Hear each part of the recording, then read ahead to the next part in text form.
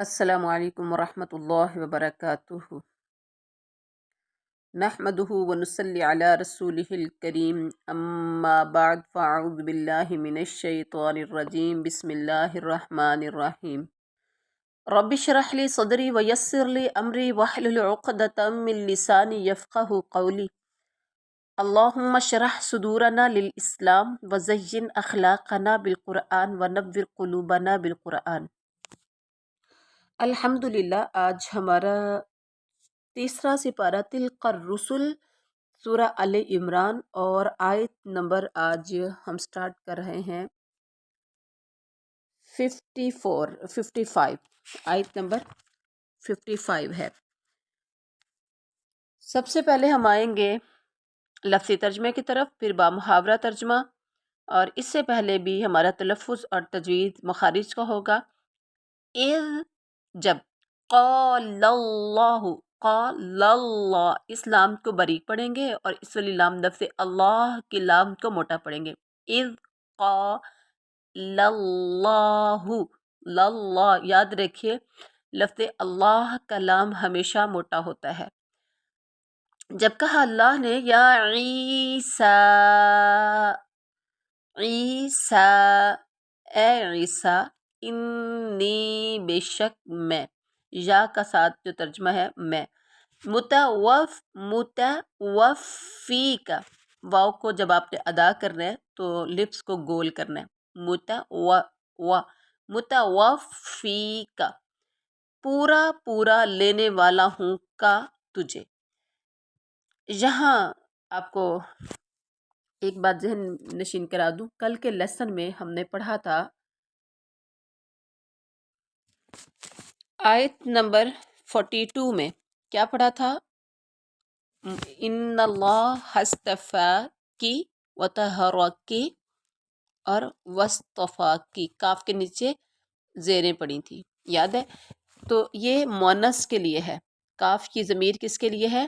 جس کے نیچے زیر ہو، مؤنث کے لیے ہے۔ اور یہاں جو آج کا ہمارا لیسن ہے، یہاں دیکھیے متوفی کا، متوفی کا، کاف کے اوپر ضمیر، کاف ضمیر ہے اور اس کے اوپر زبر ہے، تو یہ مذکر کے لیے ہے۔ کاف کے نیچے زیر آ جائے، جو کل بھی بتایا تھا، زیر آ جائے تو مؤنث کے لیے، اور اگر زبر آ جائے تو مذکر کے لیے ہوگی۔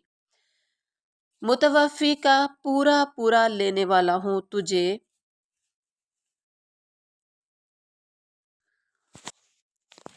و رافعو کا، رافع رفع میں سے، رفع کا مطلب ہوتا ہے نا اٹھانا، اور اٹھانے والا ہوں تجھے، الیہ اپنی طرف، و مطہرو کا، اور پاک کرنے والا ہوں تجھے، من الذین ان لوگوں سے، کفروا جنہوں نے کفر کیا، وجاعل الذین اور بنانے والا ہوں ان لوگوں کو، نتبع اس نون کو اس تا کے ساتھ ملائیں گے، نتبعوک جنہوں نے پیروی کی آپ کی، فوقا، فوقا قاف کو لام کے ساتھ ملائیں گے، فوق الذین، فوق الذین اوپر ان لوگوں کے جنہوں نے کفر کیا، الی یوم القیامہ قیامت کے دن تک، ثم پھر، الیہ میری طرف، پھر میری طرف ہی، مرجعوکم تمہارا لوٹنا ہے، فاحکم تو میں فیصلہ، فاحکمو،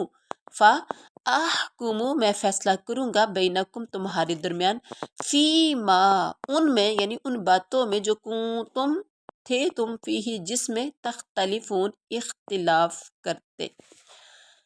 اب یہ تھا ہمارا لفظی ترجمہ، اور بامحاورہ ترجمہ کیا ہے؟ وَإِذْ قَالَ اللَّهُ یا عیسیٰ، اور جب اللہ تعالیٰ نے حضرت عیسیٰ سے کہا، کیا کہا؟ اے عیسیٰ، اے عیسیٰ، انی متوفی کا، میں تجھے پورا پورا لینے والا ہوں، اور اس کے بعد و رافعوک کا، اور تجھے اٹھانے والا ہوں اپنی طرف، اور تجھے کافروں سے پاک کرنے والا ہوں، اور تجھے کافروں سے پاک کرنے والا ہوں، اور تیرے تابع داروں کو کافروں کے اوپر غالب کرنے والا ہوں قیامت کے دن تک، قیامت کے دن تک، پھر تم سب کا لوٹنا میری ہی طرف ہے۔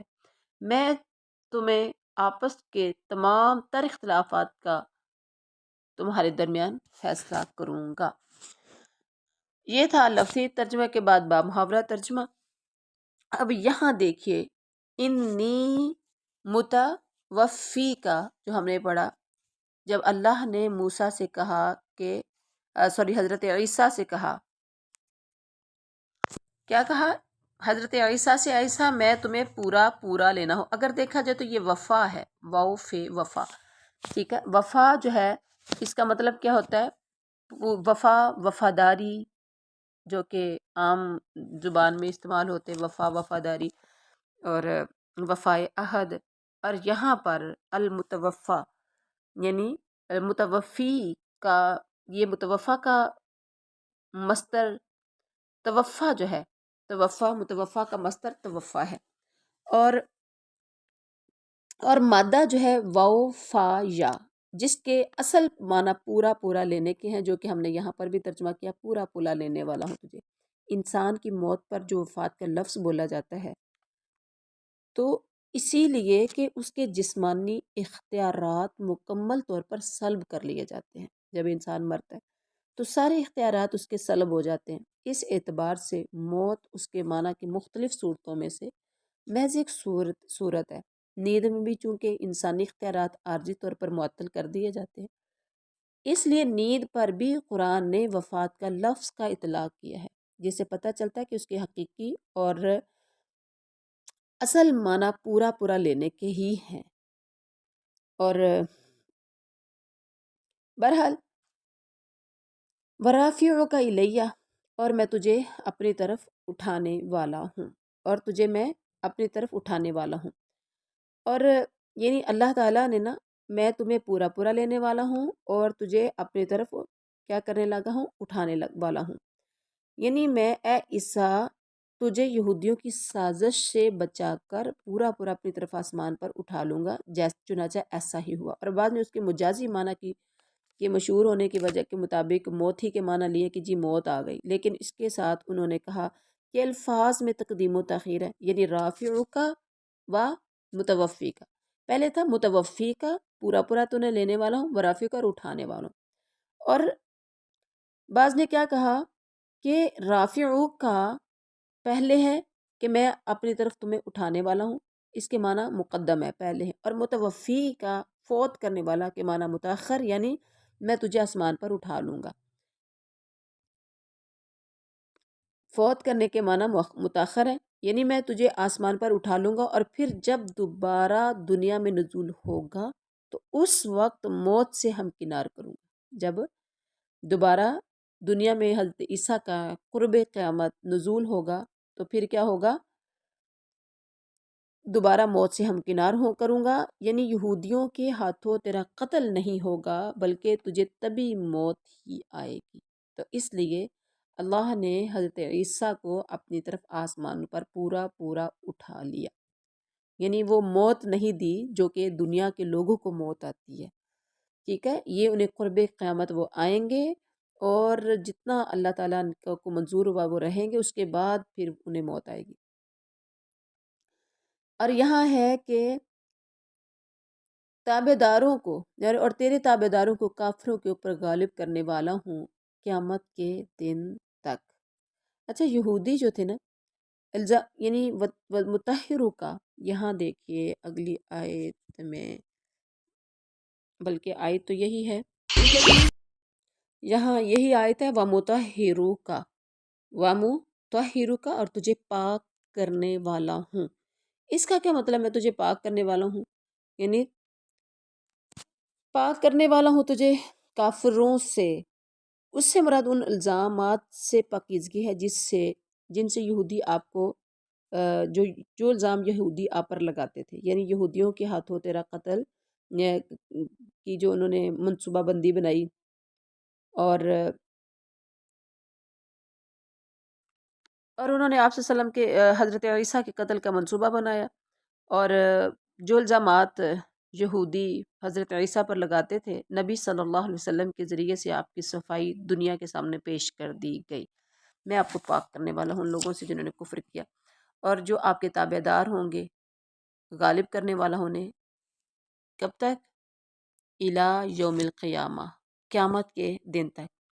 اس سے مراد یا تو نصارہ کا وہ دنیاوی غلبہ ہے جو یہودیوں پر قیامت تک جاری رہے گا، گو وہ اپنے عقائد، غلط عقائد کی وجہ سے نجات اخروی سے محروم ہی رہیں گے، یا محمد صلی اللہ علیہ وسلم کے افراد کا غلبہ ہے اس پر، جو در حقیقت حضرت عیسیٰ علیہ السلام اور دیگر تمام انبیاء کی تصدیق کرتے اور ان کے صحیح اور غیر محرف دین کی پیروی کرتے رہے، تو ان کا غلبہ ہے۔ آگے ہے فَأَمَّا الَّذِينَ، پس رہے وہ لوگ جنہوں نے کفر کیا، فَعَذِّبُوهُمْ، تو میں انہیں عذاب دوں گا، عذابًا شدیدہ، سخت عذاب، فی الدنیا والآخرہ، دنیا اور آخرت میں، وَمَا لَهُم مِّن نَاصِرِينَ، اور نہیں ہوگا ان کا کوئی مددگار۔ بامحاورہ ترجمہ پر پھر کافروں کو تو میں دنیا اور آخرت میں سخت تر عذاب دوں گا اور ان کا کوئی مددگار نہیں ہوگا۔ وَأَمَّا الَّذِينَ، اور رہے وہ لوگ، آمنوا جو ایمان لائے، وَعَمِلُوا الصَّالِحَاتِ، اور انہوں نے نیک اعمال کیے، تو کیا ہوگا؟ فَيُوَفِّيهِمْ، تو وہ پورا دے گا انہیں، پورا دے گا انہیں، اجورہم، ان کے اجر، اللہ، اور اللہ، لا يحب الظالمین، نہیں پسند کرتا ظالموں کو۔ اور لیکن ایمان والے، بامحاور ترجمہ کیا؟ اور لیکن ایمان والوں اور نیک اعمال کرنے والوں کو اللہ ان کا ثواب پورا دے گا، اور اللہ تعالیٰ ظالموں سے محبت نہیں کرتا۔ نیکسٹ آیت ہے ذالک، یہ، نتلوہ، ہم پڑھ کر سنا رہے ہیں اسے، علیکا، آپ پر، ہم پڑھ کر سنا رہے ہیں اسے، علیکا، آپ پر، من الآیات، آیتیں ہیں، والذکر الحکیم، والذکر، اور نصیحت ہے، حکیم، حکمت والی۔ بامحاورہ ترجمہ، یہ جسے ہم تیرے سامنے پڑھ رہے ہیں یہ آیتیں ہیں اور حکمت والی نصیحت ہے۔ ان، بے شک، مثال عیسیٰ کی، عند اللہ، اللہ کے نزدیک، کمثل آدم کی مثال کی طرح ہے۔ یہ طرح جو ہم نے کیا نا، یہ کاف کا ترجمہ، کمثلی، مثال کی طرح، آدم کی، خلقہ، کہ اس نے پیدا کیا، کس نے پیدا کیا؟ خلقہ کے اندر ایک ہوا ضمیر پوشیدہ ہے، خلقہ پیدا کیا اس نے، یعنی اللہ نے، اسے، کس کو؟ یعنی آدم کو، من سے، تراب، مٹی، ثم، پھر، قال، کہا، لہو، اسے، کن، ہو جا، فیکون، تو وہ ہو گیا۔ اب بامحاورہ ترجمہ، بے شک اللہ تعالیٰ کے نزدیک عیسیٰ کی مثال بہو آدم علیہ السلام کی مثال کی طرح ہے، جسے مٹی سے بنا کر کے کہہ دیا کہ ہو جا تو وہ ہو گیا۔ اس کے بعد الحق، حق ہے، من ربک، آپ کے رب کی طرف سے، فلا تکم، کاف کو اس میم کے ساتھ ملائیں گے، تکم من الممترین، تو تم نہ ہونا ممترین، شک کرنے والوں میں سے۔ تیرے رب کی طرف سے حق یہی ہے کہ خبردار، شک کرنے والوں میں نہ ہو جانا۔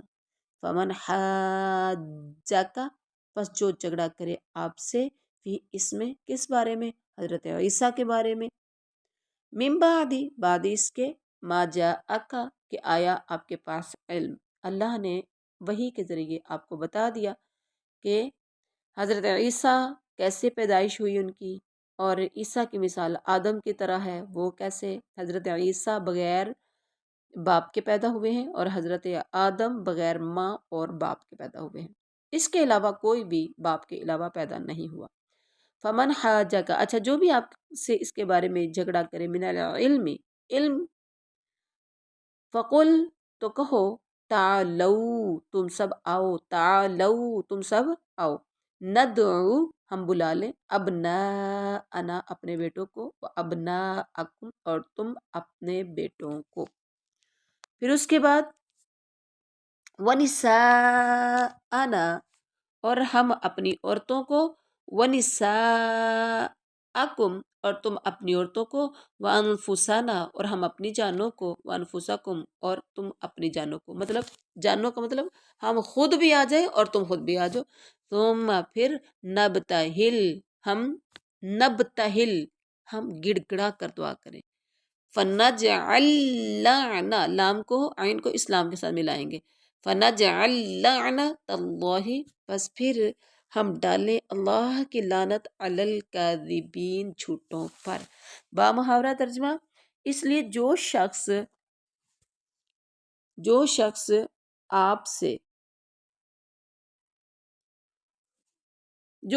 آپ سے اس کا یا اس علم کے آ جانے کے بعد بھی آپ سے اس میں جھگڑے، تو آپ کہتے ہیں کہ آؤ تم اپنے اپنے بیٹوں کو، یعنی ہم اپنے بیٹوں کو بلا لیں، تم اپنے بیٹوں کو بلا لو، ہم اپنی عورتوں کو بلا لیں اور تم اپنی عورتوں کو بلا لو، اور خاص کر ہم اپنی اپنی جانوں کو بھی بلا لیں، یعنی تم خود بھی آ جاؤ، سارے کے سارے ہم خود بھی آ جائیں، پھر ہم آجی کے ساتھ نب تاہل کیا کریں، نب تاہل ہم مبالغہ کر لیں، نب تاہل ہم مبالغہ کر لیں، مبالغہ کا مطلب گڑ گڑا کر دعا کریں، اور پھر ہم کریں جھوٹوں پر اللہ کی لعنت۔ اب یہاں پر یہ والی جو آیت ہے، ٹھیک ہے، یہ آیت مباہلہ کہلاتی ہے، کیا کہلاتی ہے؟ آیت مباہلہ، آیت مباہلہ، یہ آیت مباہلہ کہلاتی ہے۔ مباہلہ کے معنی کیا ہیں؟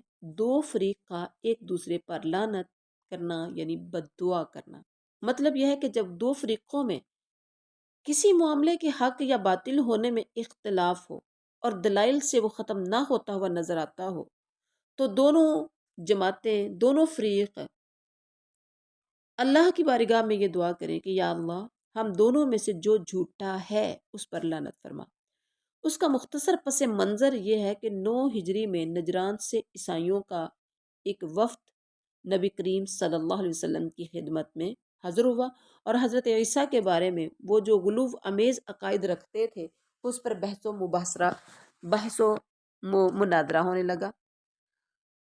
آخر کار یہ آیت نازل ہوئی اور نبی صلی اللہ علیہ وسلم نے انہیں مباہلہ کی دعوت دے دی۔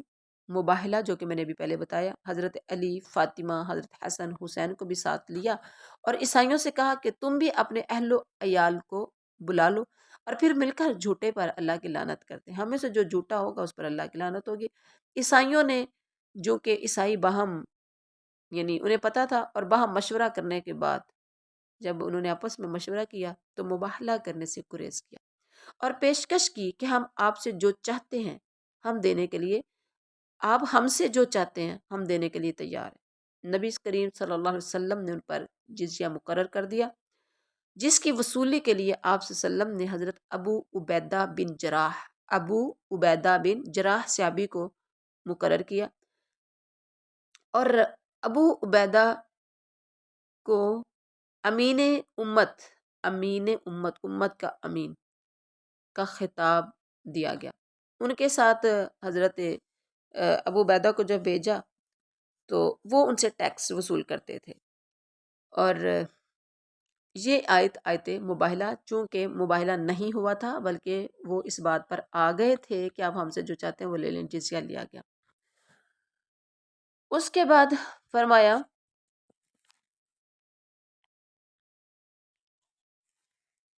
ان ھذا بے شک یہ لہو القصص الحق، یہ یقیناً ہے ہی سچا بیان، یہ یقیناً ہے ہی سچا بیان، وما اور نہیں، من الہ کوئی معبود الا اللہ اللہ کے سوا، وان اللہ اور بے شک اللہ تعالی لہو العزیز الحکیم یقیناً غالب اور حکمت والا ہے، یقیناً صرف یہی سچا بیان ہے اور کوئی معبود برحق نہیں، یعنی جو پیچھے بیان کر دیا کہ کیا ہوا تھا وہ سارا سچا بیان یہی ہے، جو سچ بات ہی بتا دی، کوئی معبود برحق نہیں سوائے اللہ کے، اور بے شک غالب اور حکمت والا اللہ تعالیٰ ہی ہے۔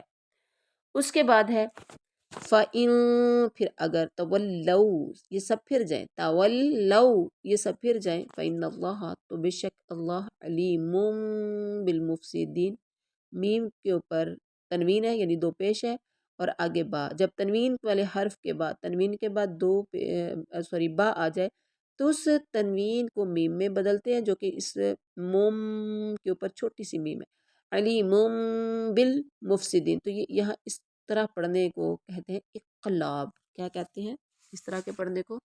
اقلاب کہتے ہیں۔ پھر اگر وہ پھیر لیں منہ، فَإِن تَوَلَّوْا، پھر اگر وہ قبول نہ کریں تو بے شک اللہ تعالیٰ مفسدین کو یعنی فسادیوں کو اللہ تعالیٰ جانتا ہے۔ یہ تھا آج کا ہمارا سبق، اور آپ سب کوشش کریں لفظی ترجمہ کو سب سے پہلے، یعنی عربی کی عبارت کو اچھا پڑھیں اور اس کے بعد لفظی ترجمے کو پڑھیں، پھر اس کے بعد با محاورہ آئے گا۔ تو اللہ تبارک و تعالیٰ سے دعا ہے اللہ ہم سب کو صحیح معنوں میں عمل کی توفیق عطا فرما دے، اور سبحان ربک رب العزت عما یصفون وسلام علی المرسلین والحمد للہ رب العالمین۔